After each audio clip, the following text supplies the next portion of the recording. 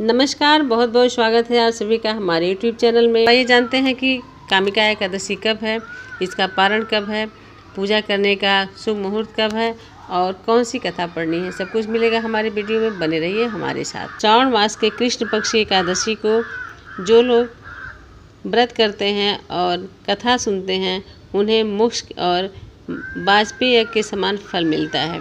तो कामिका एकादशी का व्रत 13 जुलाई गुरुवार को है। श्रावण मास के कृष्ण पक्ष की एकादशी तिथि को कामिका एकादशी कहा जाता है और एकादशी का व्रत रखा जाता है। इस व्रत को करने से व्यक्ति पाप मुक्त होकर मोक्ष प्राप्त करता है। जो लोग कामिका एकादशी व्रत रखते हैं वे नीच योनि में जन्म नहीं लेते। एक बार धर्मराज युधिष्ठिर ने भगवान श्री कृष्ण से श्रावण कृष्ण एकादशी व्रत की विधि और महिमा के बारे में जानना चाहा। तब भगवान श्री कृष्ण ने कहा कि उसे कामिका एकादशी कहते हैं।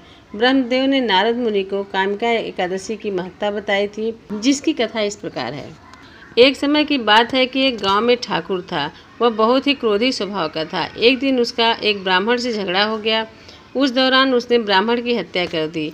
बाद में उसने अपने अपराध के लिए क्षमा मांगी और उसका अंतिम संस्कार करने की अनुमति मांगी, लेकिन उस गांव के ब्राह्मणों ने उसे अंतिम संस्कार में शामिल होने से मना कर दिया और उस ठाकुर पर ब्रह्म हत्या का दोष लग गया।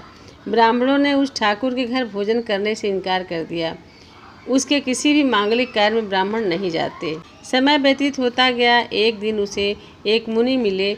उस ठाकुर ने अपने मन की व्यथा उनसे कही और पूरी घटना को सच सच बताया। फिर उसने मुनि से पूछा कि ब्रह्म हत्या का पाप कैसे दूर होगा। तब उस मुनि ने कहा कि तुम कामिका एकादशी का व्रत रखो। यह व्रत श्रावण मास के कृष्ण पक्ष एकादशी को किया जाता है।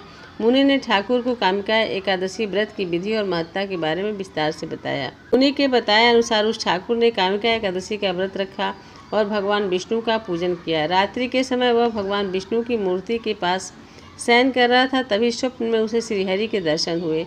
भगवान विष्णु ने उसे ब्रह्म हत्या के दोष से मुक्त करने की क्षमा दान दिया। जो लोग कामिका एकादशी की रात में अपने पितरों के लिए दीपक जलाते हैं उनके पितर लोक में अमृत के समान पुण्य प्राप्त करते हैं। कामिका एकादशी के व्रत महत्व को सुनने वाले भी पाप से मुक्त होकर वैकुंठ जाते हैं। ब्रह्मदेव ने नारद से कहा कि जो भी मनुष्य कामिका एकादशी का व्रत करता है और घी का दीप जलाता है उसे स्वर्ग लोक में स्थान प्राप्त होता है, वह पाप से मुक्त हो जाता है।